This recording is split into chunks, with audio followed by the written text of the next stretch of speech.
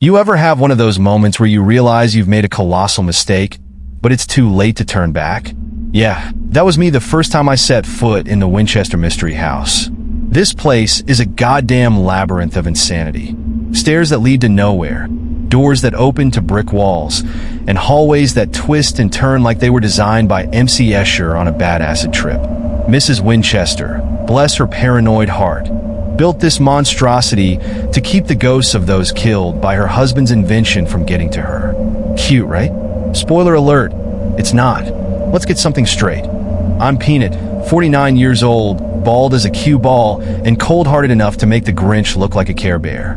I don't believe in ghosts, demons, or any of that supernatural bullshit. Life's scary enough without adding spooks into the mix. But this house? This place is different. The air here is thick, like it's been marinated in fear and madness for a century. I don't scare easy, but walking into this joint, I felt something crawl under my skin and set up shop. The foyer is the first punch to the gut. It's big, like the house is trying to swallow you whole the second you step inside. The ceilings are high, the chandeliers are grand, and everything's just a little too perfect. Like it's all a setup for some cosmic joke, and the punchline is me. I'm standing there, taking it all in, when I catch something out of the corner of my eye. A shadow, maybe, or just my imagination. I've seen my fair share of crap in this world, but this feels different. Now, before we dive into this shitstorm, let's get something straight. You ever feel like you're being watched? Not by your ex, but by something you can't see. Something lurking just beyond the edge of reality? That's the vibe I'm getting from this place. And if you think I'm just blowing smoke up your ass, stick around. You might just learn something. The Winchester Mystery House isn't just a house. It's a goddamn living, breathing entity designed to drive you insane. Stairs that lead to nowhere, doors that open into walls, windows that overlook nothing but more walls. It's like the house itself is trying to keep you confused, disoriented, lost. Mrs. Winchester didn't care about logic. She cared about survival. But survival from what? Ghosts? Her own guilt? Or something else, something darker? So here I am, ready to unravel this mess, or at least take the piss out of it.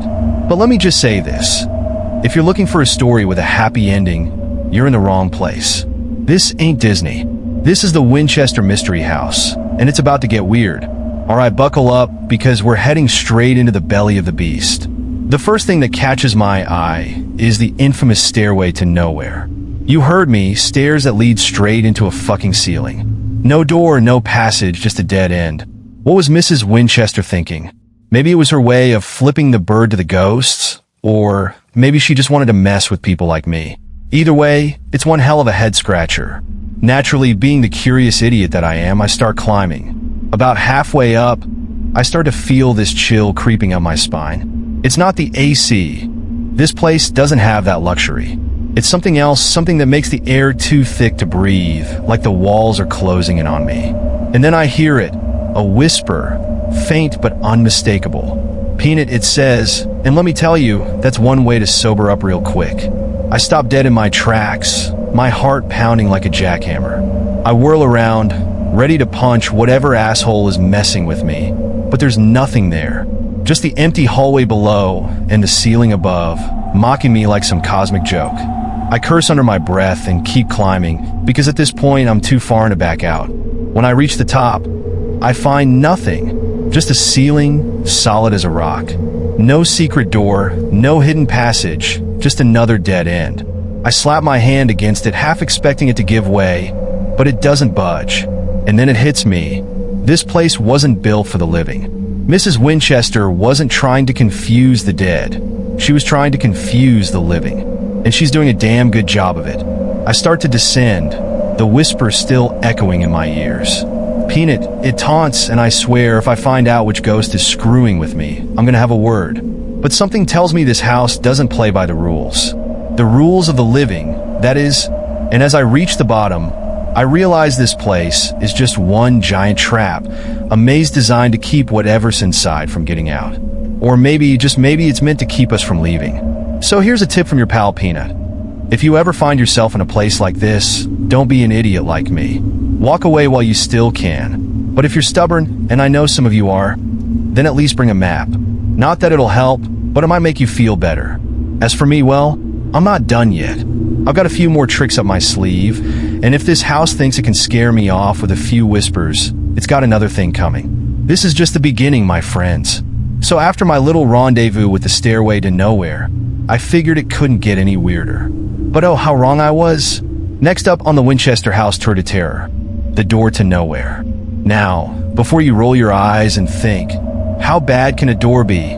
Let me set the scene.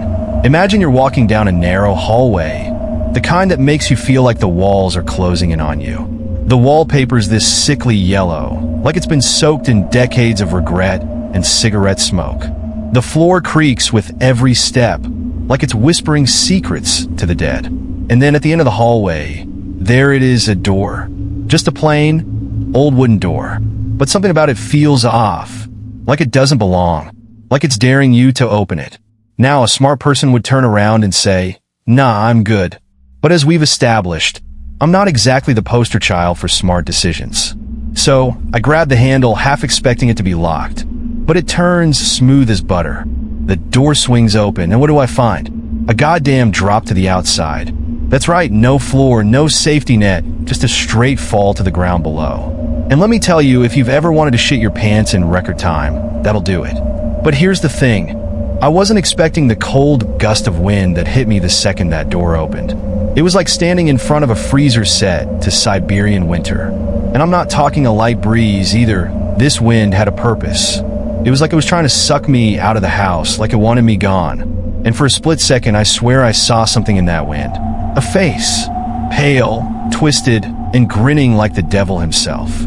Could have been my imagination. But in a place like this, who the hell knows? I slam the door shut, heart pounding like a jackhammer, and lean against it, catching my breath. "All right, Winchester, you got me," I mutter, half expecting the walls to laugh at me. But instead, it's dead silent. Too silent. And that's when I realize the hallway behind me is gone. Just gone. Replaced by another corridor I swear wasn't there before. Great. Now we're playing musical hallways. I grumble, pushing off the door and heading down the new path. Because what else am I gonna do? Stand there like an idiot? As I walk, I start noticing the cold again. Not the wind this time, but the kind that seeps into your bones. The kind that makes you feel like you're one step away from hypothermia. And with it comes the whispers, faint at first, then growing louder. They're not saying my name anymore though. No, now, they're just laughing. This low, guttural chuckle that seems to come from everywhere and nowhere at once. Like the house itself is mocking me. "Peanut, you're in over your head," they seem to say. "You're just another fly in the web." But here's the kicker. Part of me is starting to believe them. I mean, what the hell is this place? A haunted mansion built to trap the restless dead? A monument to madness? Or maybe something worse, something that defies explanation? All I know is I'm not alone in here, and whatever's with me sure as hell ain't friendly. So, what's the moral of the story so far? Don't trust doors. Hell, don't trust anything in this place. The Winchester Mystery House is a living, breathing entity, and it's playing games with me. And something tells me it's only just getting started. But don't worry, my friends. I'm not tapping out yet. I've still got some fight left in me. And if this house thinks it can break me, well, it's in for a rude awakening. Let's see what other tricks it's got up its sleeve. You know, if there's one room in this hellhole that screams bad idea, it's the seance room.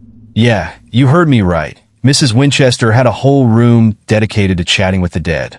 Because, you know, what better way to spend your evenings than summoning the spirits of those gunned down by your family's invention? Sounds like a blast, right?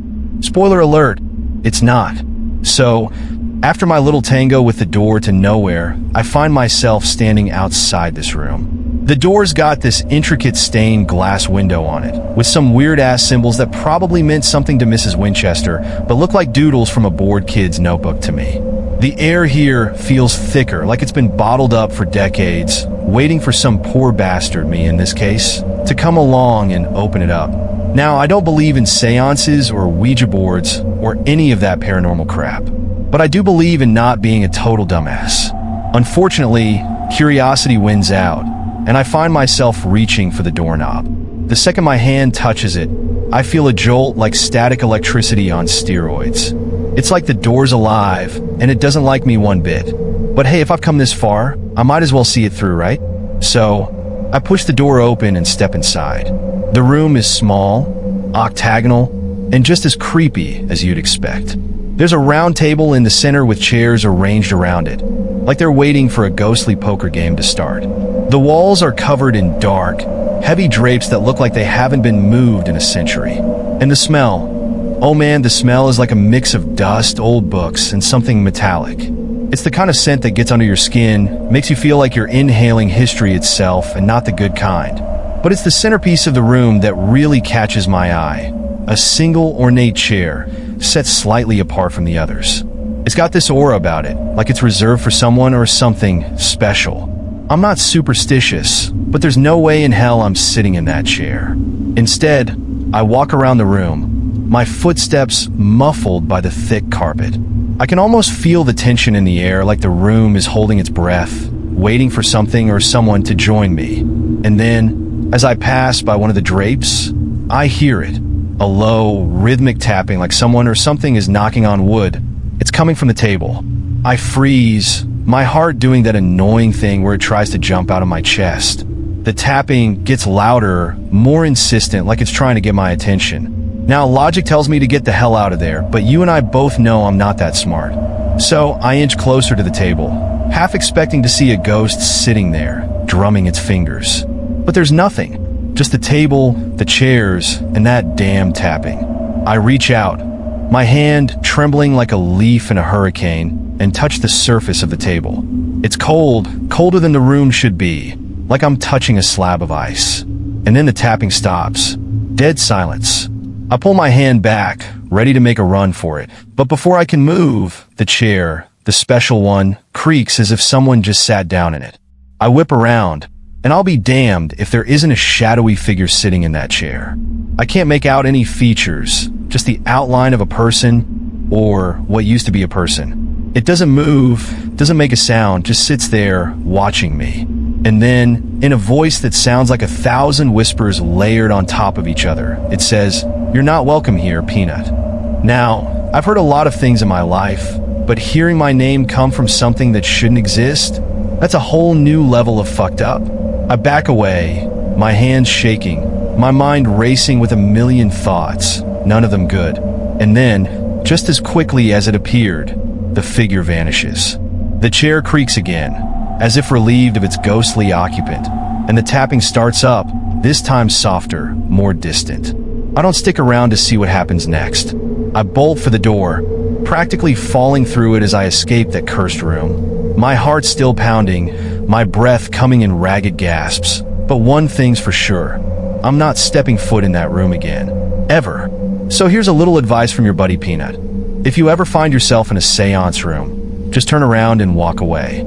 Some doors are better left unopened.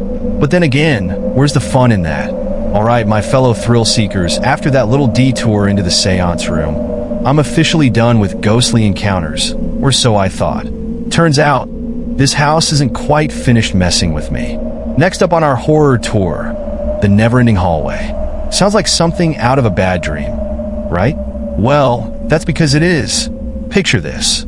I leave the seance room, heart still racing, and find myself in front of this long-ass hallway.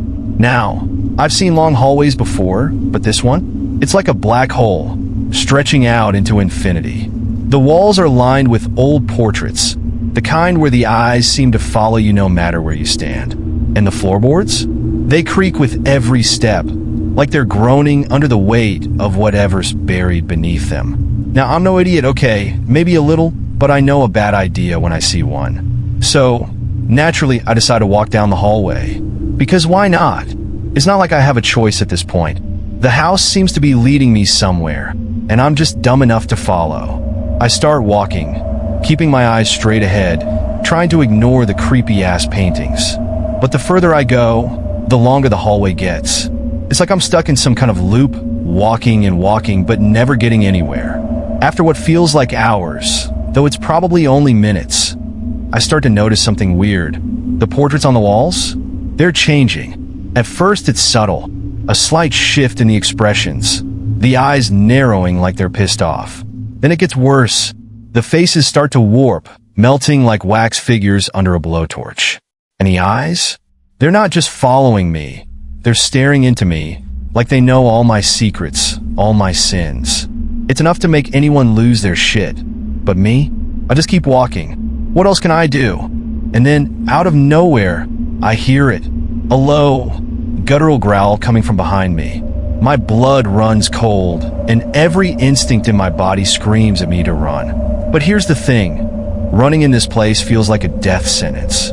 So, I do the next best thing. I turn around, slow as hell, ready to face whatever's coming.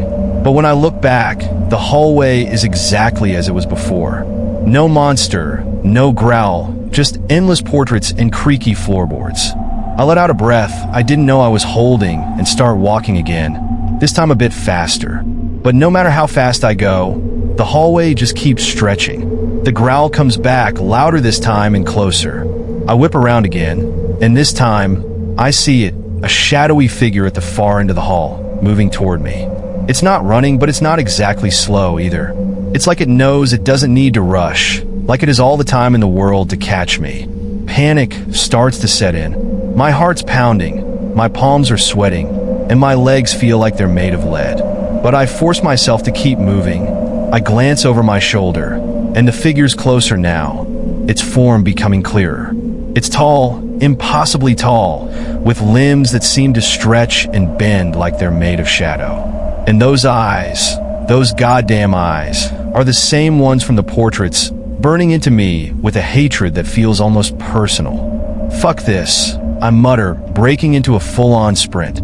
My boots slam against the floorboards, the sound echoing down the hallway like a drumbeat. But no matter how fast I run, the hallway stretches on, and the figure keeps gaining on me. I can hear its footsteps now, heavy and deliberate, matching mine beat for beat. It's like I'm running in place, stuck in some nightmare loop with no way out. Just when I'm about to give up, to let whatever the hell that thing is catch me and end this madness. I see it, a door at the end of the hallway. It wasn't there before, but I'm not about to question it. I make a beeline for the door, throwing myself against it, and it swings open with a loud creak. I dive through, slamming it shut behind me, and collapse against it, gasping for air. For a few seconds, I just sit there, my heart hammering in my chest, waiting for the door to burst open. But nothing happens. The growl fades away, and the footsteps stop. It's like the hallway just gave up. I take a deep breath, trying to calm down, but it's no use. My nerves are shot, my mind racing with 1,000 thoughts, none of them good. But here's the kicker. When I finally gather the courage to look around, I realize I'm back in the foyer. The same goddamn foyer where I started. It's like the house just spit me out, like it was done playing with me for now. But something tells me this isn't over. Not by a long shot. So, what's the lesson here? Don't trust hallways. Hell, don't trust anything in this place. The Winchester Mystery House is a living, breathing entity, and it's playing games with me. And something tells me it's only just getting started. But don't worry, my friends, I'm not tapping out yet. I've still got some fight left in me, and if this house thinks it can break me, well, it's in for a rude awakening. Let's see what other tricks it's got up its sleeve. You'd think after nearly getting my ass handed to me by a hallway, I'd be smart enough to call it quits. But here we are, folks, me, still wandering this godforsaken house like I'm in a twisted version of Home Alone, where the burglars are dead, and I'm the idiot who didn't leave when I had the chance. This time, I find myself drawn to the attic. Because, hey, why not? If I'm gonna meet my end, might as well do it somewhere creepy as hell, right? The stairs leading up to the attic are narrow, creaking under my weight with every step. Dust coats the banister, thick and undisturbed, like no one's been up here in years. Or maybe they have, and they just didn't make it back down. The air grows colder the higher I climb, and I can hear the faint sound of something. Wind, maybe? Or is it whispers? Slithering through the cracks in the wood. When I reach the top, the attic door is slightly ajar, like it's been waiting for me.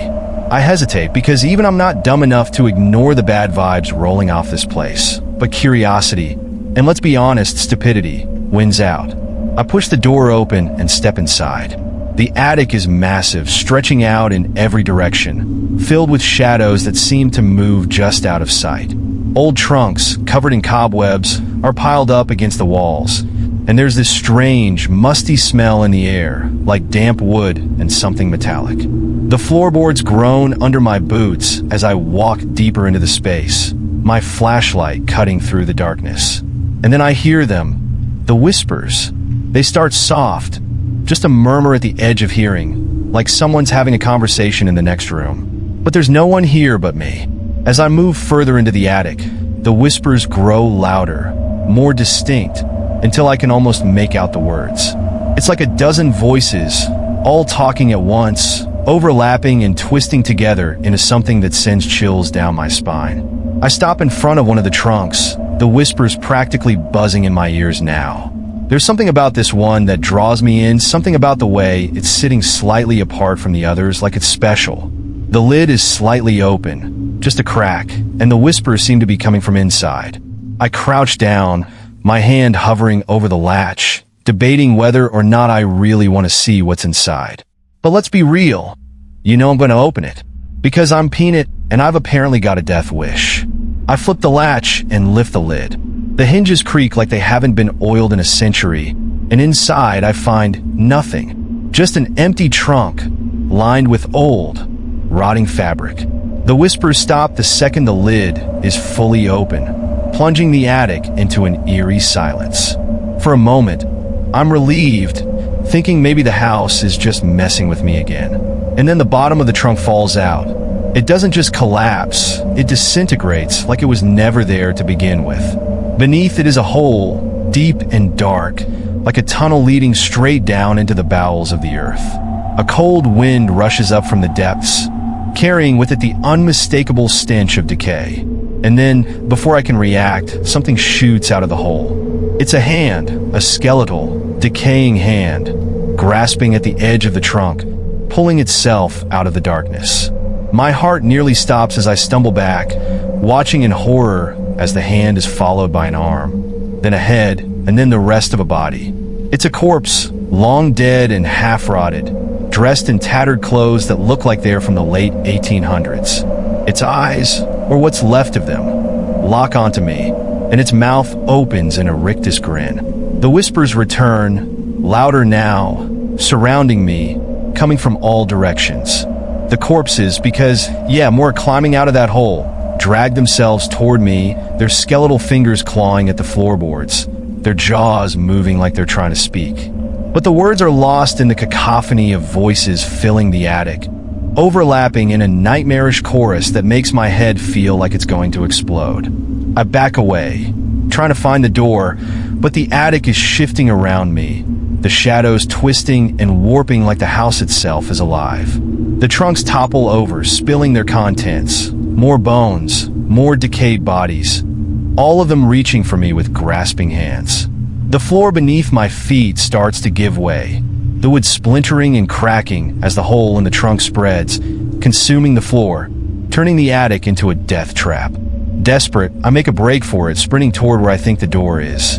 The whispers are deafening now, a chaotic symphony of the damned, their words blending together into something that's not meant for human ears.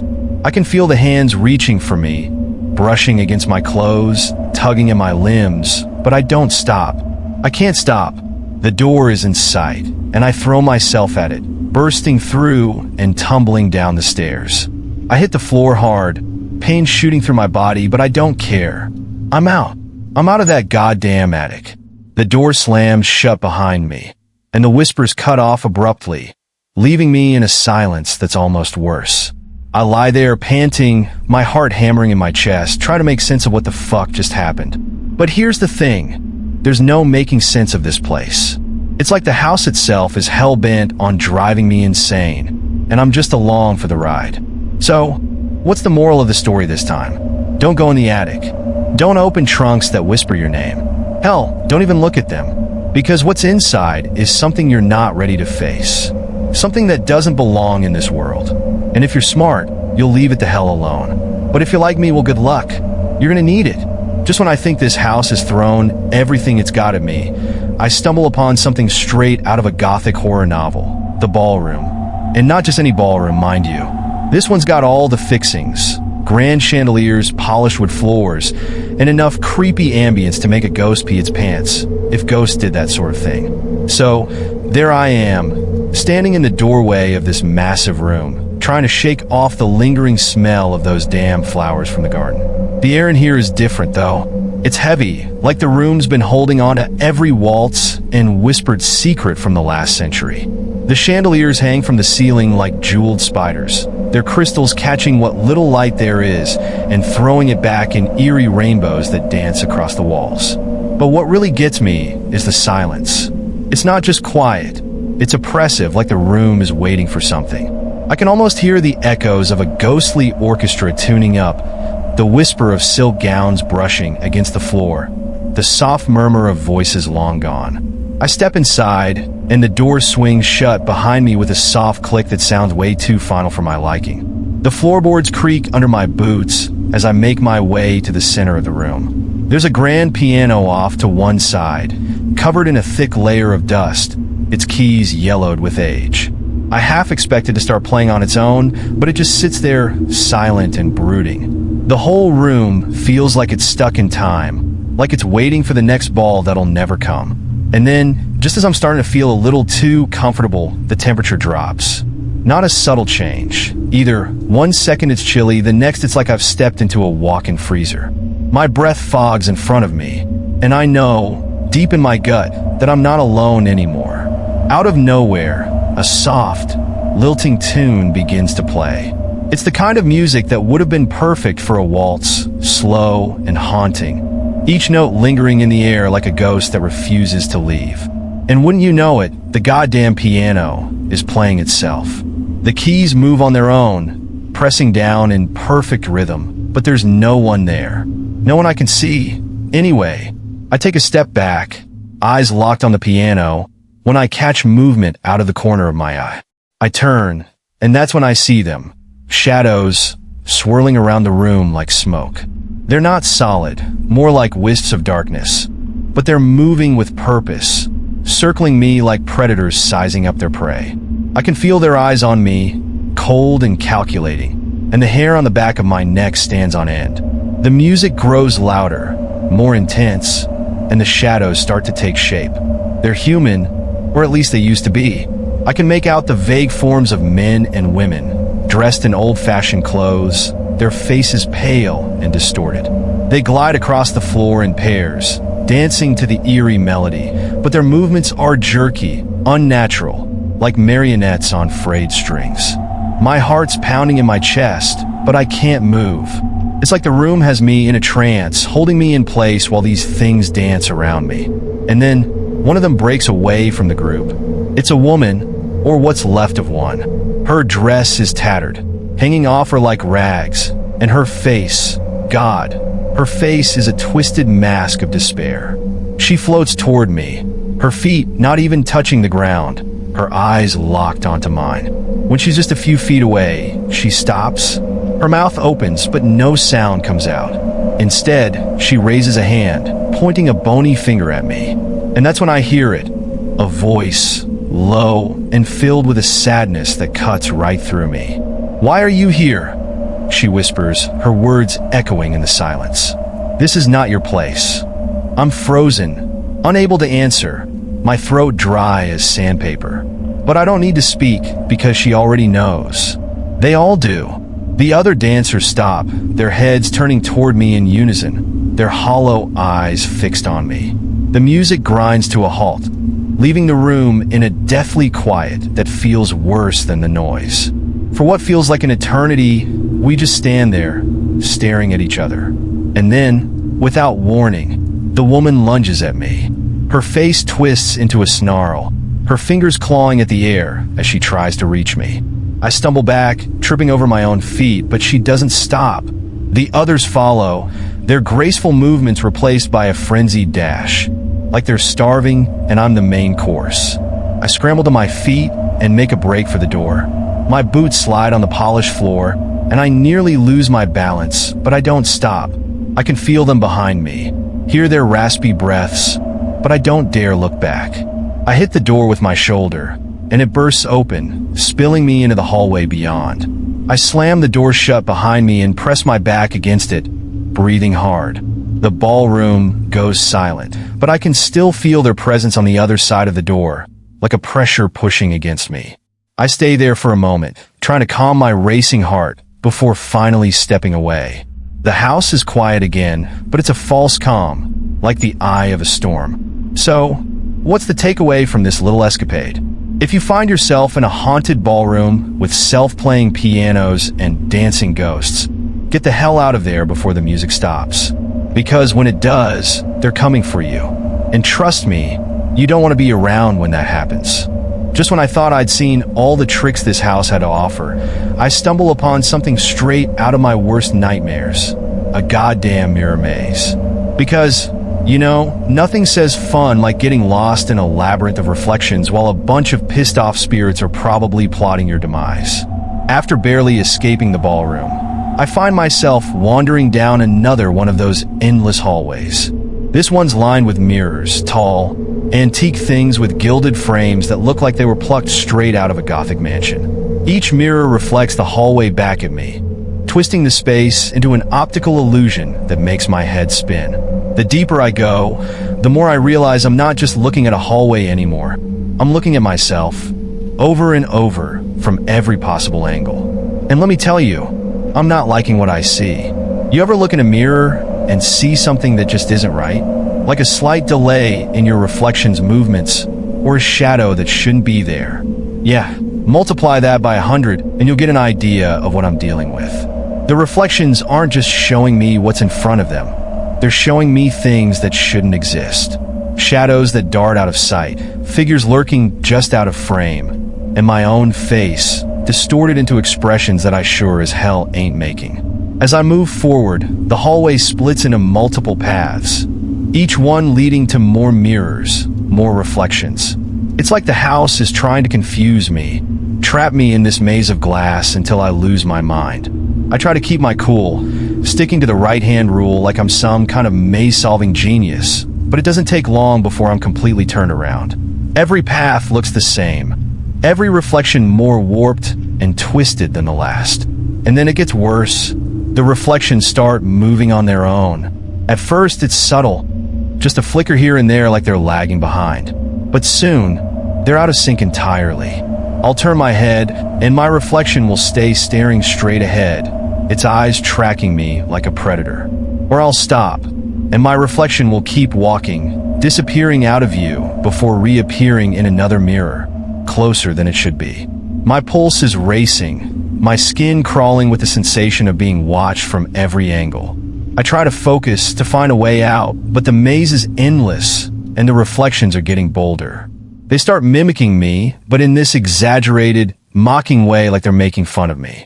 I lift my hand, and they wave it around like they're at a rock concert. I scowl, and they twist their faces into grotesque masks of anger and fear. And then, one of the reflections, one that's been particularly aggressive, steps out of the mirror. Yeah, you heard me right. It steps out of the fucking mirror. At first, I think I'm seeing things that my mind's playing tricks on me. But no, this thing is real. It looks just like me, down to the bald head and the scowl on my face, but there's something off about it. Its skin is too pale, its eyes too dark, like it's a hollow version of me, something twisted and wrong. It grins, a wide, toothy grin that splits its face like a knife, and lunges at me. I barely have time to react before it's on me, its cold hands wrapping around my throat. I try to fight it off, but it's strong, stronger than it should be, and it's choking the life out of me.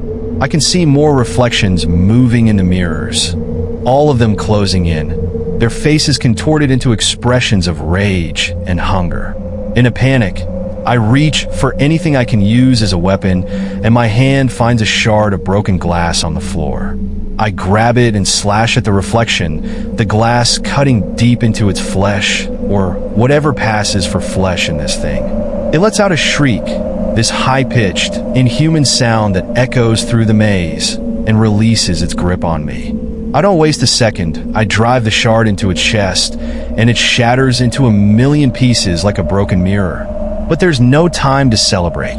The other reflections are still moving, still closing in. I back away, my breath coming in ragged gasps, my heart pounding like a drum. The walls of the maze seemed to close in, the mirrors warping and bending, the reflections growing more distorted by the second. I know I need to get out of here, but every path looks the same, and every step I take seems to lead me deeper into the labyrinth. Finally, I spotted a faint light at the end of one of the paths.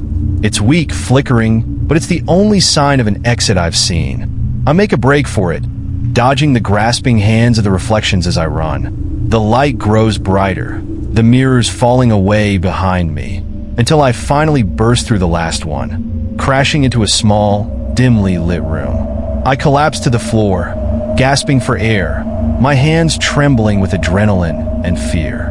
The room is quiet, the only sound the pounding of my heart in my ears. I'm out of the maze, but I can still feel its presence, like an aftertaste of terror that refuses to fade.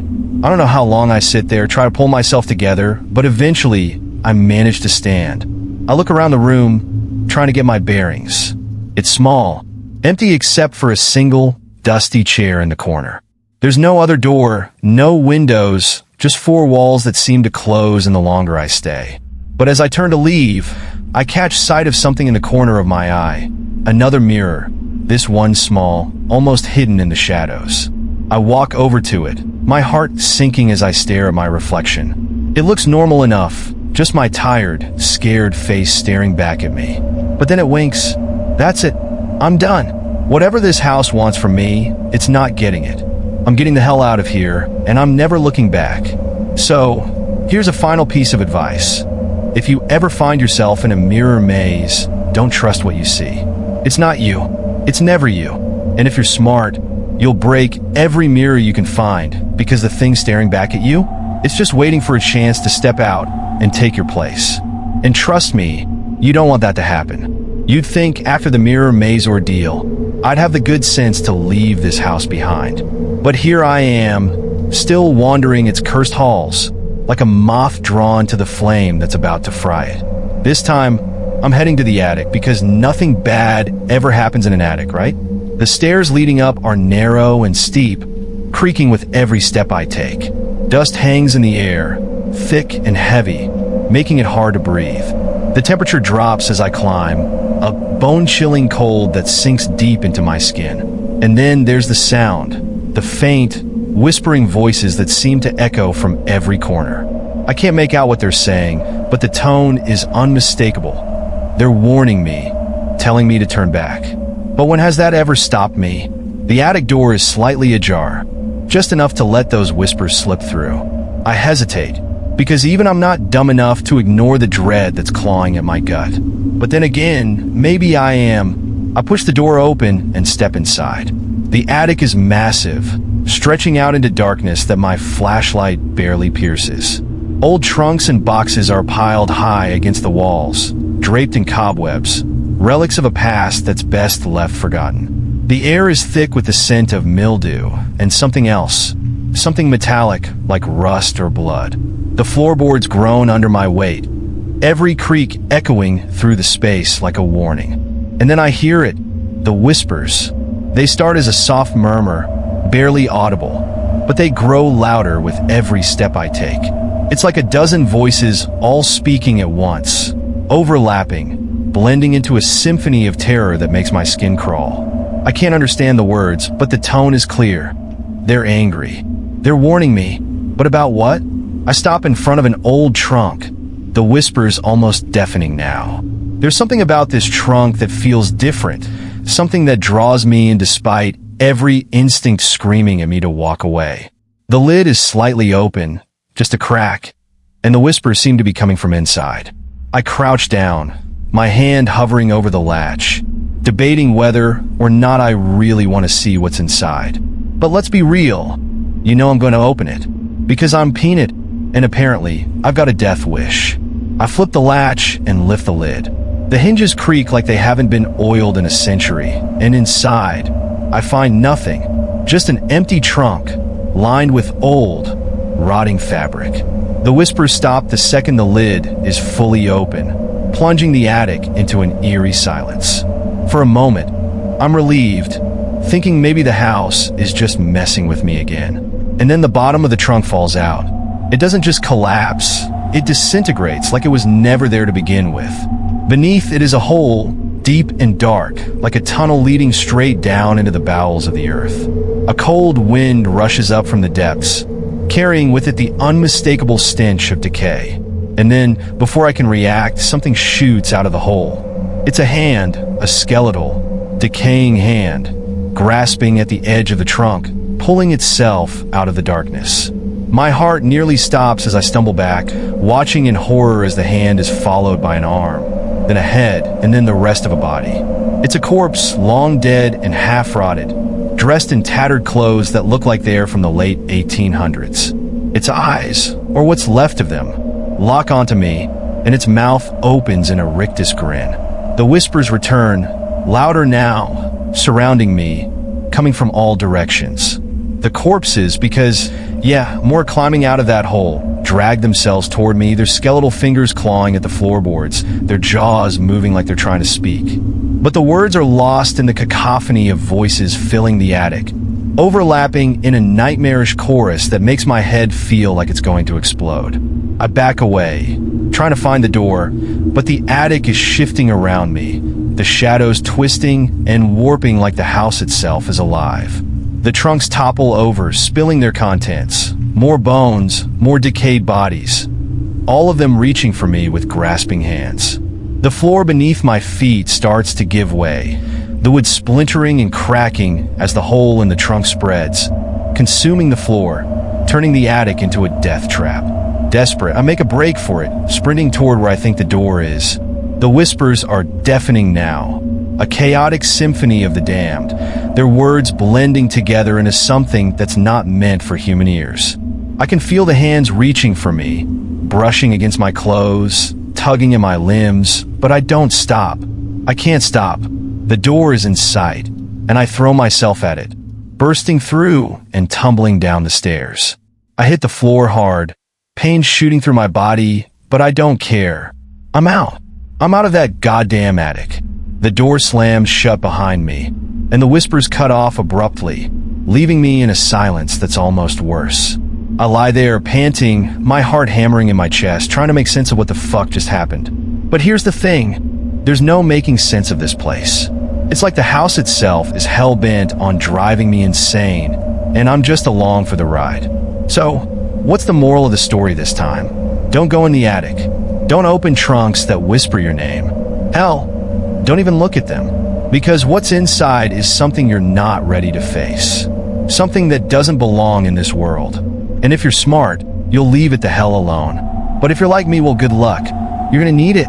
After everything this house has thrown at me, the ghosts, the whispers, the mirror maze, the goddamn living nightmares, I'm out. But as I put distance between myself and the Winchester Mystery House, something gnaws at me, deep in the pit of my stomach. It's not just fear. It's something darker, something that's been lurking beneath the surface since I first set foot in that place. It's the realization that this isn't just about surviving a haunted house. It's about facing the demons that brought me here in the first place. You see, this whole journey started with more than just curiosity. It started with guilt. Guilt for a life spent running. From people, from problems, from myself. I've always been good at turning my back on things that hurt, at numbing the pain with sarcasm and indifference. But this house, this place, forced me to confront what I've been running from, the ghosts of my own making. As I stumble through the dark, empty streets, I start to think about all the people I've hurt, all the bridges I've burned. The faces of those I've lost, friends, family, flash before my eyes, twisted and contorted like the figures in those mirrors. The whispers that haunted me in the attic weren't just from the dead. They were from the living, too. The people I've left behind, the people I've failed. Their voices mixed with the voices of the dead, creating a cacophony of regret and sorrow that I can't escape. I stop, my breath coming in ragged gasps, and look back at the house. It's a dark silhouette against the night sky, silent and still, but I know it's watching me, waiting. There's no doubt in my mind now. This house isn't just a place of horror. It's a mirror, reflecting back everything I've tried to bury. And as much as I want to keep running, to put this place behind me forever, I know I can't. Not yet. Because here's the thing about redemption. It doesn't come from running. It comes from facing the darkness head on. From confronting the things that terrify you the most. And as much as I hate to admit it, the Winchester Mystery House isn't just some random haunted mansion. It's a crucible, a test of everything I've been avoiding.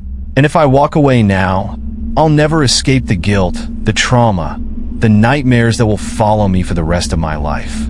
So I turn around and start walking back.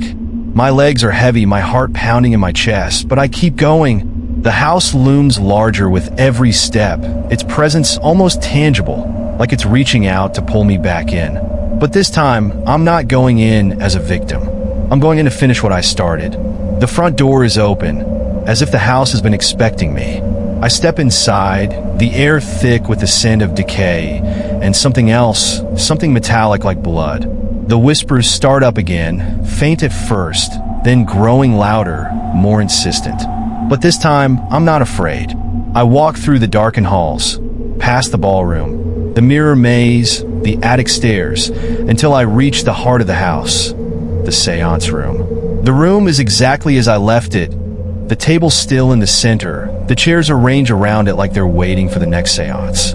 The air is thick, heavy, almost suffocating, but I force myself to keep moving. I walk over to the table, the whispers now a deafening roar in my ears, and sit down in the chair that's been waiting for me since the beginning. And then, the door slams shut.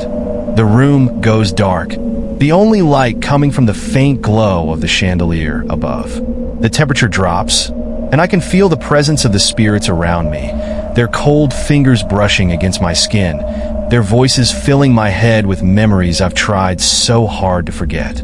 But instead of pushing them away, I let them in. I let the memories flood back. The mistakes I've made, the people I've hurt, the regrets that have haunted me for years. The spirits close in, their whispers turning into a chorus of accusations, of pain, of sorrow. But I don't flinch, I don't run, because this is what I came back for. To face the darkness. To confront the guilt, the trauma, the pain that's been eating away at me for years. And as the spirits press closer, their icy breath on my neck, I close my eyes and surrender to the reckoning. The room grows colder, the whispers louder, until they reach a crescendo, a deafening roar that threatens to tear me apart. But just when I think I can't take it anymore, something shifts. The whispers begin to fade, the cold recedes, and the darkness lifts. I open my eyes, and the room is empty. The spirits are gone, the voice is silent. I stand up, my body trembling, and look around. The seance room is just a room now. No more ghosts, no more nightmares. Just an empty space, quiet and still. And as I walk out, I realize something. The house hasn't changed. I have.